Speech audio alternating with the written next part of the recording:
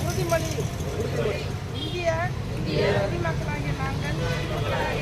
ஜனநாயகத்தின் மீதும் உறுதியான நம்பிக்கை கொண்டு நம் நாட்டின் ஜனநாயக மரபுகளையும் சுதந்திரமான நியாயமான மற்றும் அமைதியான தேர்தல்களில் கண்ணியத்தையும் மதம் இனம் சாதி சமூக தாக்கமின்றியும் அல்லது வேறு ஏதேனும்